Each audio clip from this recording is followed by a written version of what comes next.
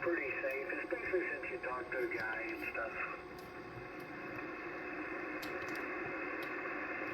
Well, we'll see.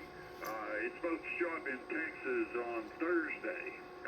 So I'm going to have the wife FaceTime me, crack the boxes open, let me have a look at it.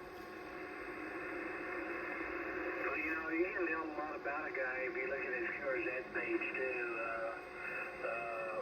You know, it's whether he's legit or not. Yeah, I went to his QRZ and sent him an email, and he responded.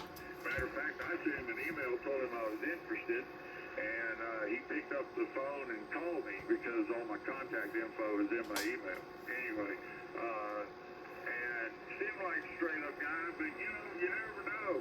A good con man always seems like a straight-up guy. Yeah, you got that right. Hey guys, I'm going to get out of here. 730 KE6RWB. All right, Terry, have a good one. Have a good night, Terry. Yeah, have a good one.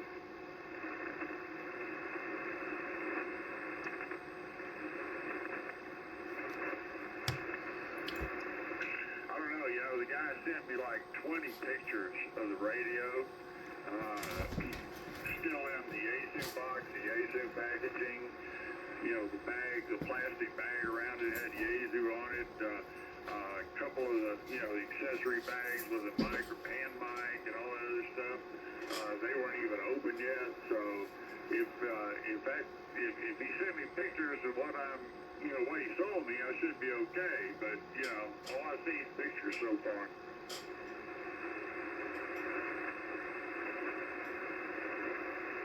That one's going to Texas, right? Yeah. Are you going to have to wait till you go back to Texas to see? Well, I'm going back in 2 weeks. Oh, okay. Yeah, it's showing up this Thursday according to UPS, and I'll be there 10 days after that. So, you know, I've been waiting this long.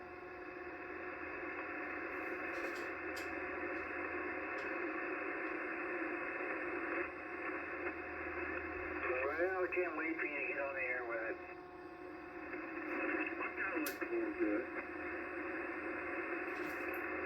You know, Walt just bought a new one. He loves his. Yeah, I don't think I've ever heard anybody that didn't like one. And he sounds good. Just most time in the morning, I'm talking to him. He's barefoot, running 200 watts.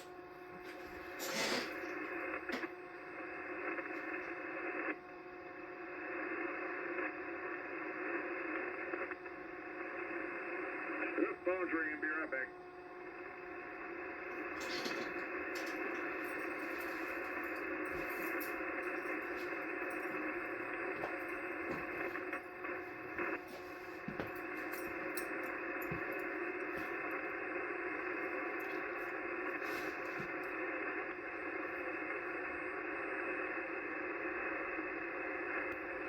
I'm trying to remember if this radio is broken or not. W7WRX. Please sign off. Hold on. What was that? This is KE7WRZ, and Joe was on, but he had a phone call. Oh, okay. You still there, Bram? Yeah.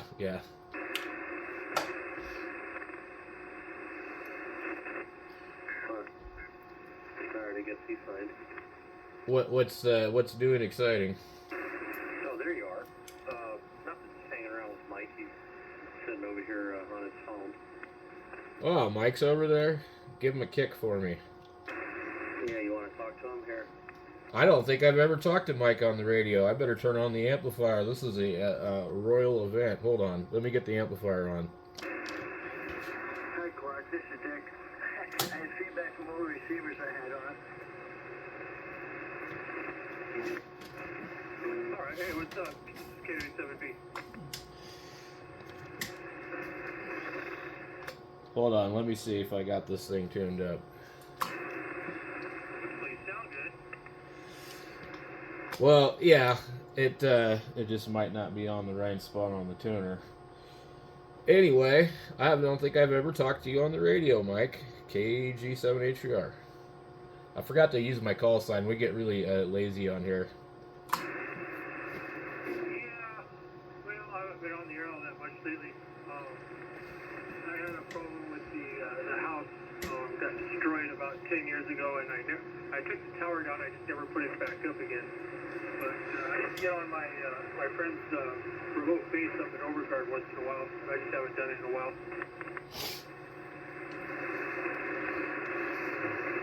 Hello guys, W7KDL. Name is Dick.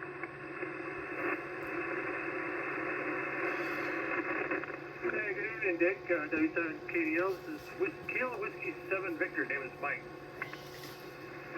Hi Mike. Kilo Whiskey 7 Victor. Name is Mike. Very good. Yeah, you're nice and loud here. KG7HGR. I don't have it phonetically, but you are very loud. You're 25 over 9 into Northeast Phoenix, and I don't have your name. Over. Oh, yeah, the name is Bram Bravo Romeo Alpha Mike, and it's Kilo Golf 7 Hotel Victor Romeo. Well, I'm just I'm running in the ICOM 756 Pro, and I'm using a really weird Heathkit amplifier. It's called an HL2200. It looks like a brown UPS truck. It's basically an SB220, and then I've got the matching tuner that came from Mike. I'm using right now the SA2060A, and into a loop antenna. Very nice, Bram. Very, very nice. Yeah, I had an HL2200 about 15 years ago. Very nice amplifier. Big, powerful, nice. I don't know. I just kept going through amplifiers. I just tried them all. The 200, the 220, the 2200, and then the one from ICOM, the one from Yaesu, the one from Kenwood. I just went through them all. What's left is I have a, what is that thing? It's, let's see, I've got a Collins 30L1 and a, oh, what is it? I don't remember. It's got two 572s in it. Can't remember. It's in another place. I can't go look at it. Anyway, Bram, nice signal here. Very, very nice. And you got a loop antenna. So do I. Maybe they're similar. I don't know. My loop is 247 foot all the way around, sort of squarish, and it's set in one corner with a 4-in-1 transformer, and then down to the shack. It's up at 37 feet. What's your loop, over? This one's about 270 feet of wire, so I have to use a tuner because it resonates in the CW part of the band, but that helps me use it on 40 and 20, so when it was shorter and it resonated here, it didn't want to work for nothing on 40, so I lengthened it, and then it seemed like it changed it, so and then I've got a bunch of feed line, kind of Clark suggested to do it, like as we determined the antenna was kind of out of phase. So I am feeding it directly with ladder line, or not ladder line, but coax. So the feed point's just right above my head. In most places, the antenna is between 15 and 25 feet up, and it droops all over the place. And I just got like 4 or 5 fiberglass poles and then 2 trees in the front yard. So I just barely have it up there. But I notice that when it's lower like this, I get less noise. So I probably don't hear as well, but I hear less crap. Okay, very good. Well, I had mine at, I said 47, I meant 37. It's at 37 foot high, all the way around. One corner is a little bit higher than that, a couple other corners a little lower than that, but the average is 37 feet. And it's a great loop. I use it on 80 and 40, and it's 247 feet. But my tuner is a Ten-Tech 238, and it does a nice job of tuning it in. But I do have to set all 3 things: the input cap, the output inductor, and the, what is that thing? Oh, another bypass capacitor on the outside. It's on a big switch. It's got 10 positions to it. But that combination lets me tune up almost anything. Oh, my amp is off. Wait a minute. I gotta get my amp on it. Hold on.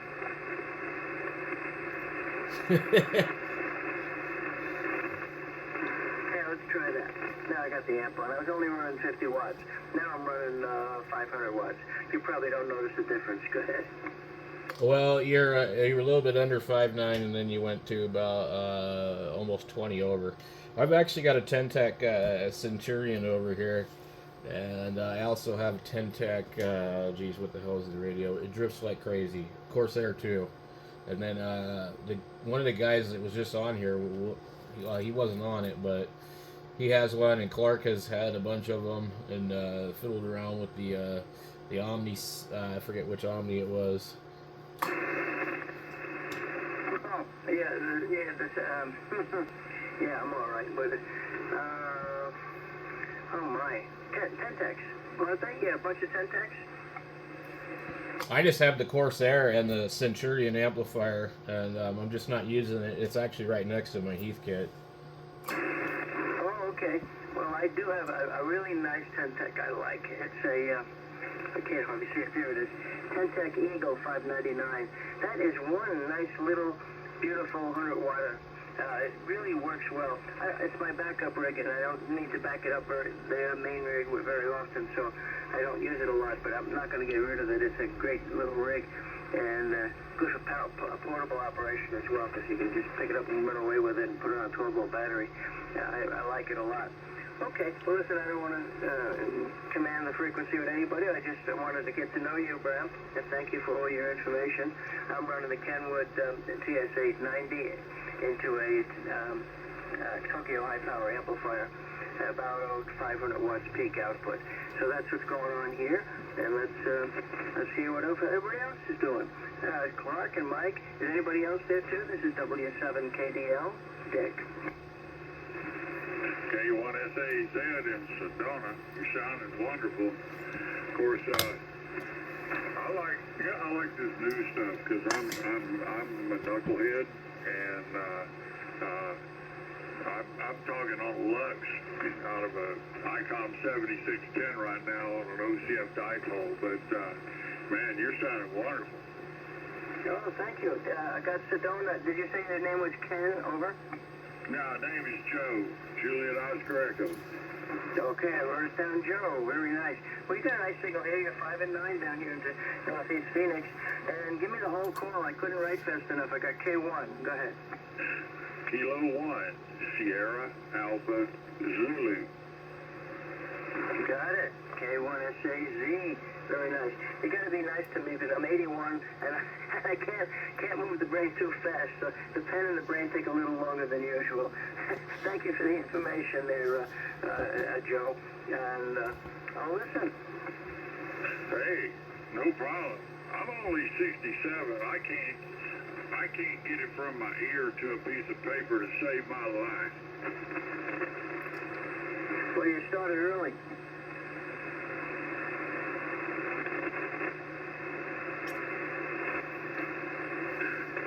Yeah, I get fascinated with Clark and Terry and Graham, and you guys start talking about these quote-unquote boat anchors, as Clark is apt to call them. You know, I tend to like the new stuff with a warranty, so when I screw it up, I can send it back. Although I haven't had to do that yet, you know. I waited 11 months to get this Lux, and this thing sits here and does legal limit with about 30 watts input, pretty much on all bands, and you don't have to do anything. Turn it on, start talking. Well, that's good. That's good. I'm reversed. I go backwards in time. My oldest receiver is a 1947 SX42, and I had an SX122 from the 50s, I guess. And then I have Drake 1A and a 2B from the late 50s. Got Collins from the mid-50s, early mid-50s, the 7500 series. And a whole bunch more. I'm going to be working next on a Hovercraft S40A. I have 3 of them, and none of them work, but all the parts are in there, so I'm going to make one of them work. So I'm fixing up old ones while you keep the economy going with buying nice new stuff there, Joe. Yeah, you start calling out those. I understand the brand names, the Collins and Drakes and all that. I've been to enough Hamfest and hung around with Clark long enough to know that. But when you start talking model numbers, I mean, you might as well have been Charlie Brown's parents. Wah, wah, wah, wah, wah, wah, wah, wah. We all enjoy the hobby from different angles. And one angle I don't use, not much interested in, is the digital modes. But AM and sideband and a little bit of CW, I'm a happy camper. I started in 1956. CW only. It's all I knew. Yeah, well, I mean, I'm a newbie. I got my extra like 2.5 years ago. Got my technician a month before that, and then I got the general extra same day. Anyway, but my last radio experience was back in the late 70s, early 80s. I was a big 11-meter guy, man. I had a 6-element Moonraker and a Cobra 2000 all juiced up, and but then hurricanes down on the Gulf Coast put an end to my radio career down there. Oh my, I'm sorry about that. No, I tried very hard to skip right over CB. I almost can't say it. Okay, very good. Let's see. What's KW7V running today, Mike? I'm doing pretty well. I'm just hanging out over here with Clark for a little while. So you just let us talk? We didn't want to leave you out. Hey, Mike. Hey, Joe, what's up? Not much, man. I didn't know you was over there with Clark. Yeah, I came over here, had a little while, and Clark invited me over for dinner, so came over and had some dinner and just sitting here listening to you guys on the radio. All right, Clark make radio you dinner for playing you? free food. Can't beat that. Yeah, I ain't gonna complain about it.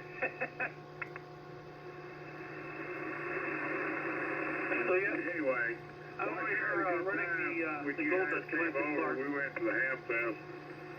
That was one of my highlights of the year, have all you fellas over. Hey, I had a great time, man. Well, my favorite Hamfest is the one in Marana, down by Tucson, north of Tucson. I go there every year, except the year they wouldn't let us go because of the miserable. I can't. Oh, why is my mind blank? Anyway, the COVID. That we missed a year because of that. But I'm going this year. It's usually the first week of December, I believe. And so I love that Hamfest. It's all covered, and everybody gets a nice slot. There's a bathroom nearby, and all the guys I want to see are all showing up. So it's a nice one. You guys go to Marana? It's a good one. Yeah, I usually go to Marana every year. Good. It's good.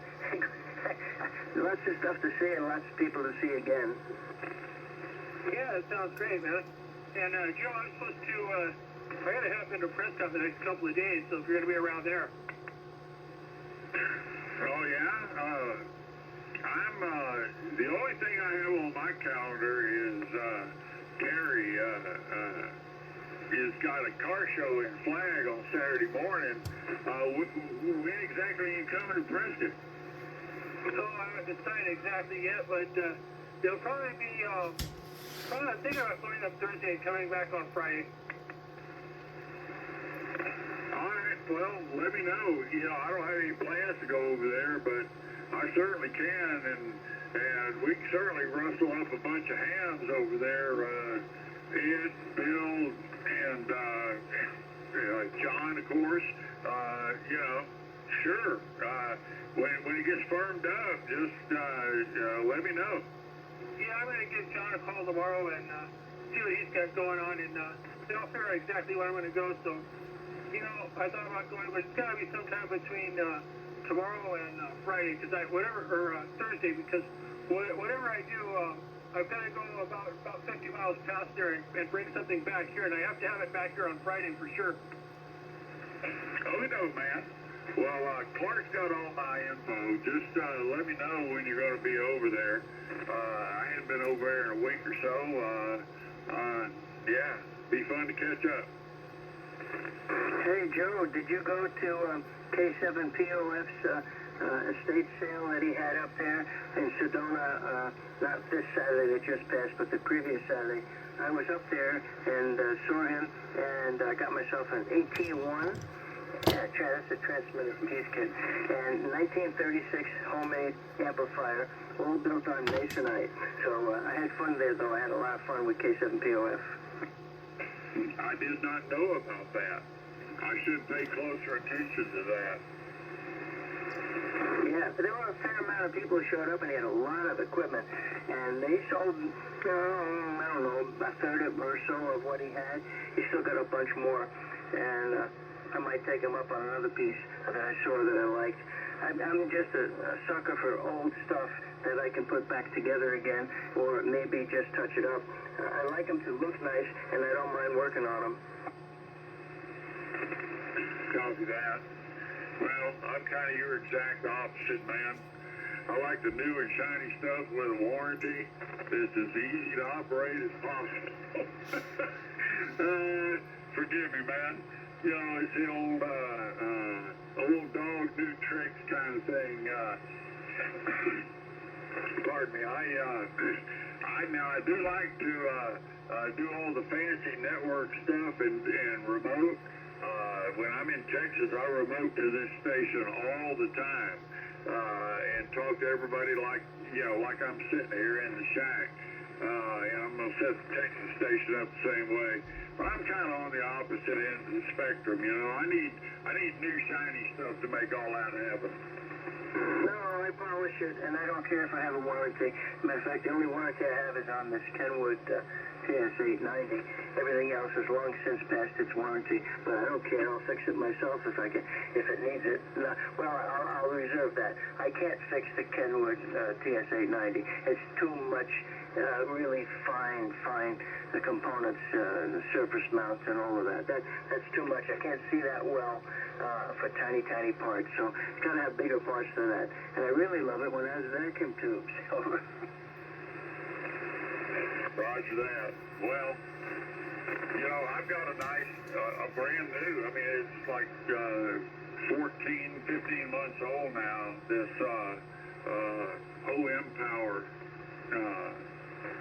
Tetrode amp. And it's a real nice amp. It'll do, 24, 2500 watts, single Tetrode. But I just got this Lux that I've been waiting for like over